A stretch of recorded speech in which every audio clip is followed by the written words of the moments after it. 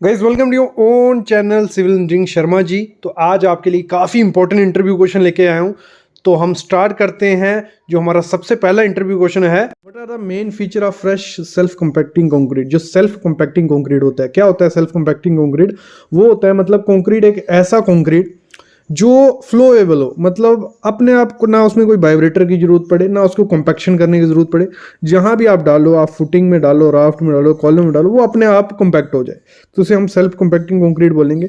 IS code 10262 2019 clause 7.2 कहता है self compacting concrete उसे कहेंगे हम जो फ्लोएबिलिटी टेस्ट कंप्लीट कर जाए। 4 किस्म के टेस्ट किए जाते हैं जब भी ये होता है साइट पे। पॉसिबल होगा तो मैं प्रैक्टिकल आपके लिए लाऊंगा सिविल साइट विजिट चैनल पे प्रैक्टिकल टेस्ट करके। फिलिंग एबिलिटी उसकी चेक की जाती है, पासिंग एबिलिटी उसकी चेक की जाती है, फिर सेग्रीगेशन रेजिस्टेंट उसकी चेक की जाती है, और विस्कोसिटी उसकी चेक की जाती है। ये 4 टेस्ट किए जाते हैं और IS कोड 119 के हिसाब से ये किए जाते हैं।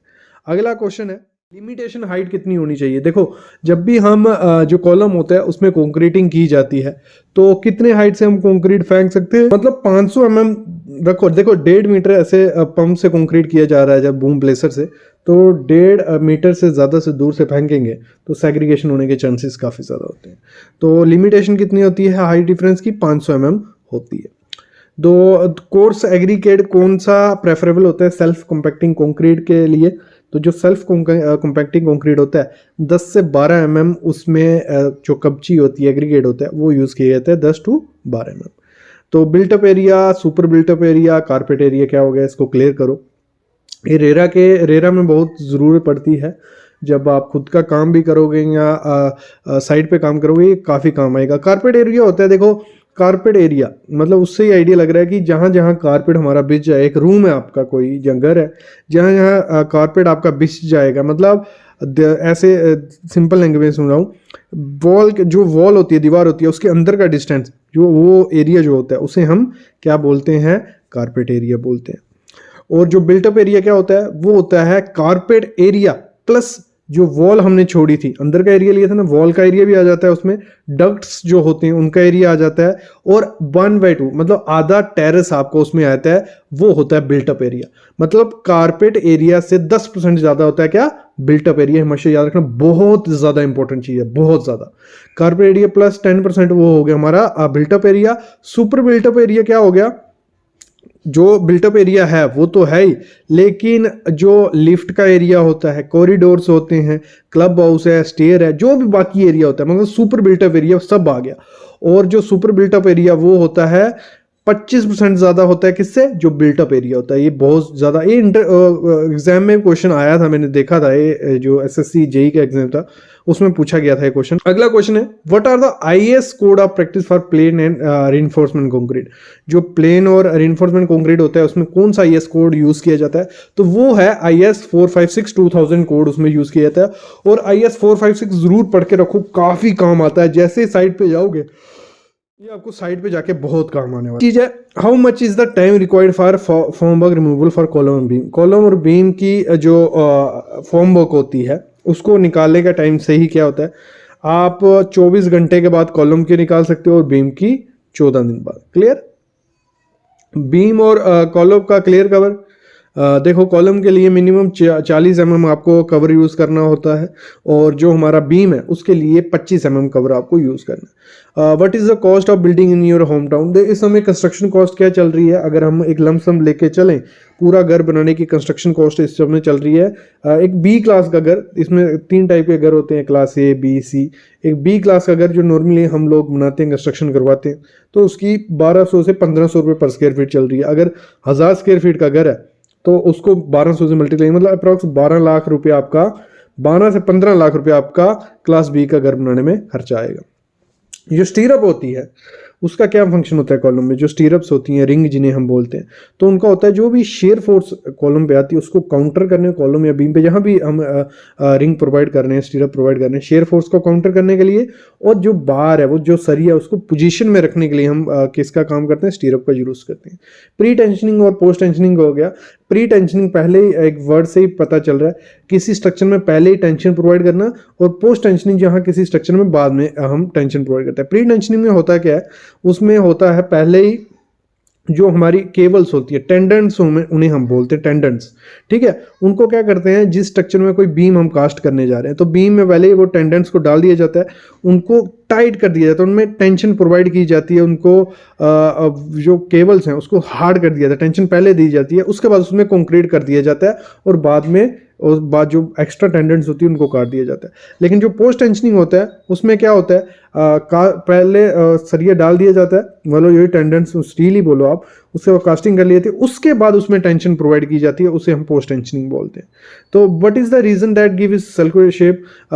कोई भी स्टील है जो वो ऐसे तो स्क्वायर शेप में भी आता है, लेकिन हम मोस्टली जो स्टैंडर्ड हम देखते हैं सर्कुलर शेप में हमारा सरिया आता है। क्यों वो सर्कुलर शेप में ही आता है? देखो, एक सर्कुलर शेप को ऐसा माना जाता है कि जो स्ट्रेस होता है वो प्रॉपरली डिस्ट्रीब्यूट करता है, एक सर्कुलर शेप एफिशिएंट मैनर्स में वो करता है थ्रू आउट एरिया पे। अगर हम स्टील बार ट्रायंगुलर या क्वाड्रिल बनाएंगे तो होगा क्या, एजेस जो होंगे वो सबसे पहले फेलियर करेंगे। तभी क्या होता है, कोई भी स्ट्रक्चर होता है जो ट्रायंगल शेप का होता है उसे प्रिसाइसली बनाना पड़ता है, क्योंकि उसके एजेस पे सबसे ज़्यादा स्ट्रेस उसमें जाता है। क्वेश्चन है, what is the compressive strength of ordinary Portland cement after 3 days. 3 दिन के बाद जो हमारा ऑर्डिनरी पोर्टलैंड सीमेंट होता है उसकी कंप्रेसिव स्ट्रेंथ कितनी देखने को मिलती है? उसकी मिलती है हमें 14 मेगा पास्कल। तो ओपीसी के कितने ग्रेड आते हैं? 33, 43 और 53 ग्रेड आप देखने को मिलेगा। तो हम सैंड क्यों यूज़ करते हैं? देखो, what is the effect on bulking of sand with increase in moisture content. देखो हर सुबह जो बैचिंग प्लांट होते हैं, जहाँ कंस्ट्रक्शन प्रॉपर तरीके से टेक्निकल वे से की जाती है, वहाँ पे बैचिंग की जाती है। तो वहाँ चेक किया जाता है कि आज सैंड में कितना मॉइस्चर मिल रहा है, जो नया लोट आया सैंड का उसमें कितना मॉइस्चर मिल रहा है। अगर इंक्रीज होता है मॉइस्चर कंटेंट उसमें, तो बल्किंग ऑफ सैंड जो होती है वो भी इंक्रीज करनी पड़ती है मैक्सिमम वैल्यू तक, उसके बाद उसको डिक्रीज कर दिया जाता है, ठीक है। अगला क्वेश्चन है, name main constructor of cement which is responsible for initial and early strength of cement. तो देखो, इनिशियल और फाइनल सेटिंग टाइम होता है सीमेंट का, इनिशियल हो गया 30 मिनट और फाइनल हो गया 600 मिनट या 10 घंटे। तो इनिशियल जो सेटिंग टाइम होता है वो उसके लिए रिस्पॉन्सिबल कौन सा केमिकल, कौन सी चीज़ है जो सीमेंट में प्रेजेंट होती है? वो होती है ट्राई कैल्शियम सिलिकेट। तो ये अगर उसमें प्रेजेंट है तो ये जल्दी, अगर इसकी मात्रा कम है तो देखो, अगर ट्राई कैल्शियम सिलिकेट की मात्रा कम है तो जो इनिशियल सेटिंग टाइम होगा वो ज़्यादा हो जाएगा, अगर ज़्यादा है तो वो जल्दी सेट होने लग पड़ेगा। ये क्लियर हो गया। नेक्स्ट है, what is the standard motor mixing ratio of cement and sand for testing the compressive strength of cement. देखो, आपने सीमेंट की जब टेस्टिंग की जाती है, छोटे छोटे क्यूब्स बनाए जाते हैं उसके 100 mm बाई 100 mm के, इवन 50 mm बाई 50 mm के। तो उसमें क्या रेशियो रखी जाती है उसकी कंप्रेसिव स्ट्रेंथ टेस्ट करने के लिए? तो उसकी 1:3 उसकी रेशियो रखी जाती है, उसके बाद उसकी टेस्टिंग की जाती है। अगला क्वेश्चन है, what is the normal consistency of OPC cement, ordinary Portland cement होता है जो, उसकी नॉर्मल कंसिस्टेंसी क्या होती है? वो होती है 30%। और IS कोड 4031 पार्ट 4 कहता है वो रेंज किसके बीच होनी चाहिए? 26 to 33% होनी चाहिए कंसिस्टेंसी। अगर ज़्यादा या कम है वो सही सीमेंट नहीं है। और अगला क्वेश्चन है, what is the proportion of cement sand for plaster of septic tank. जो सेप्टिक टैंक होता है हमारा, उसकी प्लास्टर अगर हमें करना है तो एक अच्छा सीमेंट, रिच मोटार सीमेंट किसको कहा जाता है? 1:3 होती है, वो मोस्टली यूज़ किया जाता है, तो वो हम उसमें यूज़ करते हैं। तब basic purpose of retarder in concrete, जो रिटार्डर यूज़ किए जाते हैं कंक्रीट में, उसका बेसिक पर्पस क्या होता है? तो अगर इनिशियल सेटिंग टाइम आपको ज़्यादा करना है, मतलब ऐसे हमारा कितना होता है 30 मिनट, उसको अगर ज़्यादा करना है, उसको 1 घंटा करना है, 2 घंटा करना है, तो उसमें हम रिटार्डर्स डाल देते हैं। और रिटार्डर वो क्या करते हैं, उसका सेटिंग टाइम इंक्रीज कर देते हैं। अगर बाई चांस क्या होता है, देखो TM हमारा दूर जाना है, कंक्रीटिंग दूर हो रही है या कुछ फॉल्ट आ गया कंस्ट्रक्शन करते रहेंगे और हम चाहते हैं कि हमारा सीमेंट जो है वो कंक्रीट जो है सेट नहीं हो जाए जल्दी, तो उसमें हम रिटार्डर्स डाल देते हैं। तो relation between length and width of septic tank, तो आपका जो लेंथ कितनी होनी चाहिए, विड्थ कितनी होनी चाहिए, वो उसको हम कहते लगते हैं कम से कम आपकी मिनिमम लेंथ कितनी होनी चाहिए। जो भी उसकी विड्थ आप रख रहे हो, आप उसकी विड्थ रख रहे हो 6 फुट, तो आपकी उसकी लेंथ कितनी होनी चाहिए? 12 फुट। अगर आप उसकी लेंथ मैक्सिमम लेंथ कितनी रख सकते हो? 4 गुना विड्थ से। क्लियर? ये बहुत इंपॉर्टेंट चीज़ है, इसी हिसाब से उसको डिज़ाइन करना होता है। मिनिमम लेंथ रखनी है 2 into width, minimum maximum length रखनी है 4 into width. But is the minimum crushing strength of good building stone aggregate. Crushing strength कितनी होती है बिल्डिंग स्टोन एग्रीगेट की? वो होती है, आईएस कोड कहता है 100 mega pascal. What cause the diseases of dry rot in timber. क्या काजेज होते हैं ड्राई रॉट जो टिम्बर में होता है? इसमें मैं अलग वीडियो लाऊंगा कि टिम्बर का पूरा बहुत इंपॉर्टेंट एसएससी में बहुत आता है। Lack of ventilation cause dry rot in timber. अगर किसी स्टोर में आपने जो टिम्बर रखें सूखने के लिए, उनकी सीजनिंग हो रही है, तो उसमें अगर वेंटिलेशन अच्छे से नहीं है, उसमें ड्राई रॉट होने के चांसेस काफ़ी ज़्यादा हो जाते हैं। But is the percentage of moisture content in well season timber.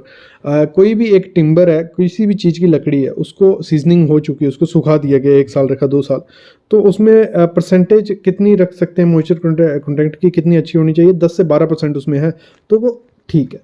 But is the average life of first class timber. उसकी एवरेज लाइफ कितनी होती है फर्स्ट क्लास टिम्बर की? 10 साल। 10 साल से मतलब ज़्यादा ही होती है। But is the maximum percentage of water absorption of first class brick. तो maximum percentage of water absorption of first class brick is 20%। 20% से ज़्यादा अगर वो करती है, वो फर्स्ट क्लास ब्रिक नहीं है, सेकंड या थर्ड क्लास ब्रिक होगी। अभी ये इतना मैं रखता हूँ पार्ट 1 के लिए। टॉप 50 इंटरव्यू क्वेश्चन जो हमारा पार्ट 1 है, उसमें हम इतने इंटरव्यू क्वेश्चन रखते हैं। बाकी इंटरव्यू क्वेश्चन में कल जो वीडियो आएगी उसमें बात करूंगा। बाकी हमारी काफ़ी वीडियोस आ चुकी हैं, 20 से 30 वीडियोस आ चुकी हैं। अभी 1000 वीडियोस तक हमें जाना है, तो आप देखते रहिए, सीखते रहिए। चैनल को सब्सक्राइब कर लीजिए। हमारा जो ऑफिशियल वर्टिकल चैनल है सिविल साइड विजिट, उस पर विजिट करिए। Thank you.